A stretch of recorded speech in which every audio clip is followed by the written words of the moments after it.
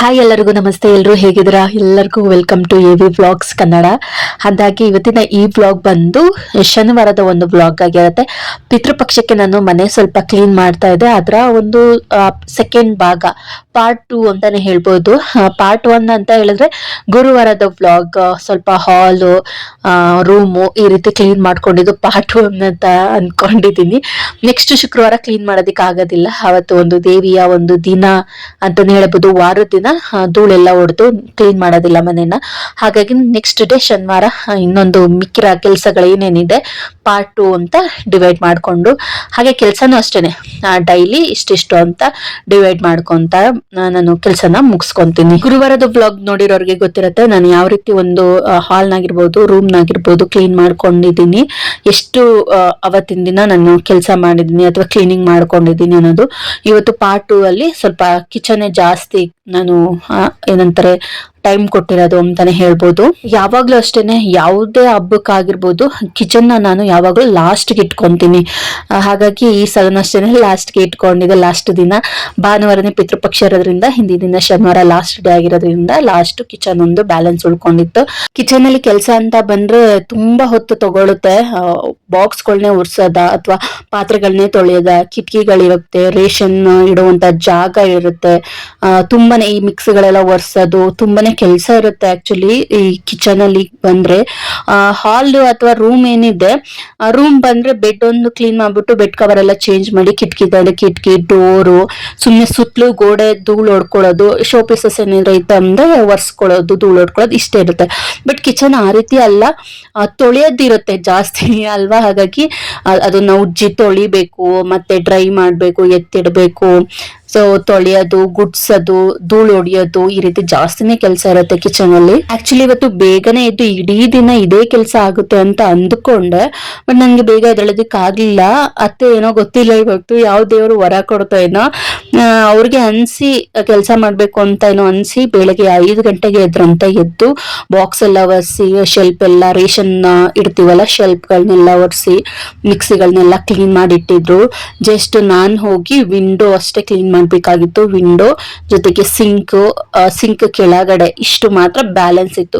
ಇನ್ನು ಆಲ್ಮೋಸ್ಟ್ ಎಲ್ಲಾ ಕೆಲ್ಸನೂ ಒಂದು 80% ಕೆಲಸ ನಮ್ಮ ಅತ್ತೆನೆ ಮುಗಿಸ್ಬಿಟ್ಟಿದ್ರು. ಡೈಲಿ ಮಾಡುವಂತ ಕೆಲ್ಸನೂ ಕೂಡ ಮುಗಿಸ್ಬಿಟ್ಟಿದ್ರು. ಅಂದ್ರೆ ಪಾತ್ರೆ ತೊಳೆದು, ಗುಡ್ಸೋದು, ಮನೇನ ಡೈಲಿ ಏನಿರುತ್ತೆ ಯೂಶಲಿ ಮಾಡುವಂತ ಕೆಲಸ ಅದನ್ನು ಕೂಡ ಮುಗಿಸ್ಬಿಟ್ಟಿದ್ರು. ನಾನು ಎದ್ದು ಆರಾಮಾಗಿ ನಿಧಾನವಾಗಿ ಟಿವಿ ಗಿವಿ ಎಲ್ಲ ನೋಡ್ಕೊಂಡು, ಕಾಫಿ ಗಿಫಿ ಎಲ್ಲ ಕುಡ್ಕೊಂಡು ಕೆಲಸ ಸ್ಟಾರ್ಟ್ ಮಾಡ್ಕೊಂಡೆ. ಕೆಲಸ ಸ್ಟಾರ್ಟ್ ಮಾಡಕ್ಕೂ ಮುಂಚೆನೆ ಫಸ್ಟ್ ನಮ್ಗೆ ಟೀ ಅಥವಾ ಕಾಫಿ ಕುಡ್ದ ಅಭ್ಯಾಸ, ಅದೊಂಥರ ಎನರ್ಜಿ ಡ್ರಿಂಕ್ ಅಂತಾನೆ ಹೇಳ್ಬೋದು.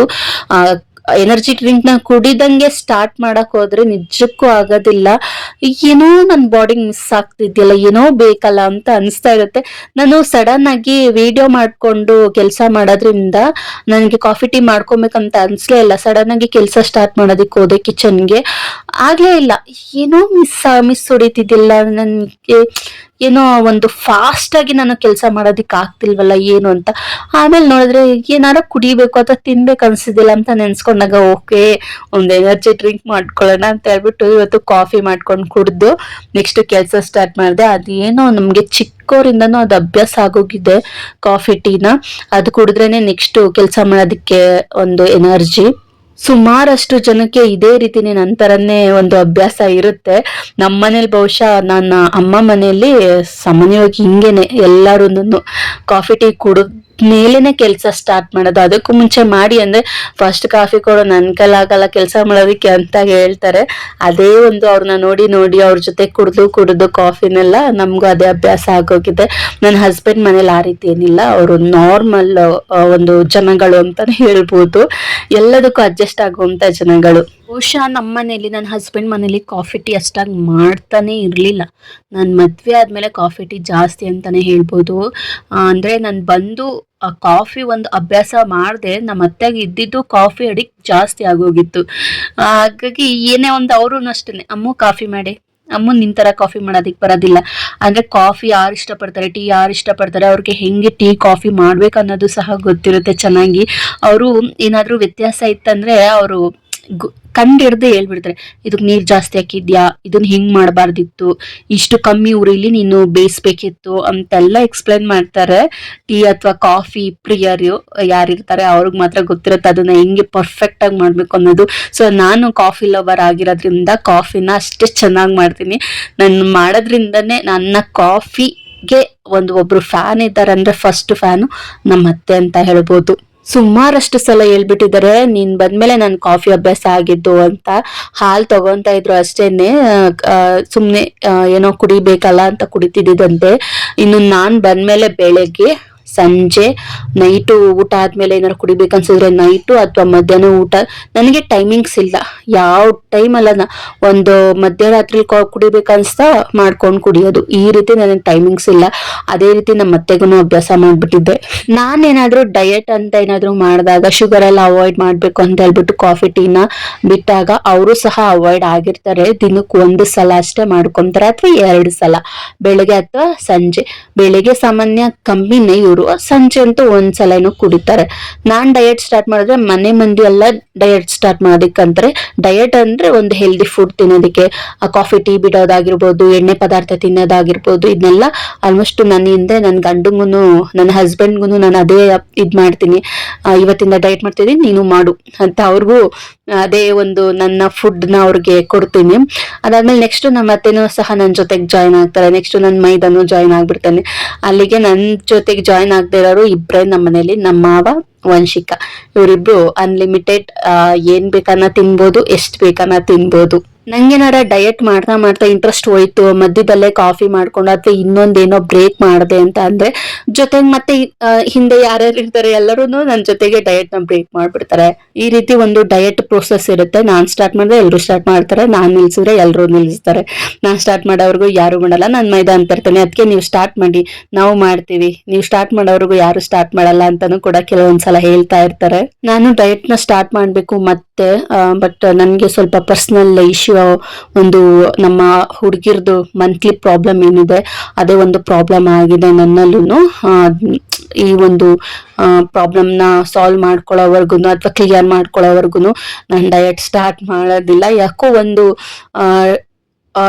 3 ಅಥವಾ 4 months ಇಂದ ನನ್ಗೆ ಇದೇ ಒಂದು ಇರ್ರೆಗ್ಯುಲರ್ ಪೀರಿಯಡ್ಸ್ ಪ್ರಾಬ್ಲಮ್ ಆಗ್ತಿದೆ.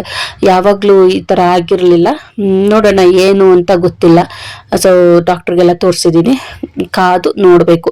ಅದೆಲ್ಲ ಕ್ಲಿಯರ್ ಮಾಡ್ಕೊಂಡು ಮತ್ತೆ ನಾನು ಡಯಟ್ ನ ಸ್ಟಾರ್ಟ್ ಮಾಡ್ತೀನಿ. ಇನ್ನು ಎಲ್ಲ ತರ ಕ್ಲೀನಿಂಗು ಕೂಡ ಮುಗಿಸ್ಬಿಟ್ಟೆ. ಹಾಗೇನೆ ನಾನು ಅನ್ಕೊಂಡಿದ್ದೆ 1 hour ಒಳಗಡೆ ಮುಗ್ದೋಗ್ಬಿಡುತ್ತೆ. ವಿಂಡೋ ಮತ್ತೆ ಈ ಸಿಂಕ್ ಕೆಳಗಡೆ ಇನ್ನು ನಾರ್ಮಲ್ ಆಗಿ ಗುಡ್ಸಿ ಒರ್ಸೋದು ಮನೆ, ಇಷ್ಟಕ್ಕೆ ನಾನು 1 ಅಥವಾ 2 hours ತಗೊಳುತ್ತೆ ಅಂತ ಅಂದ್ಕೊಂಡೆ.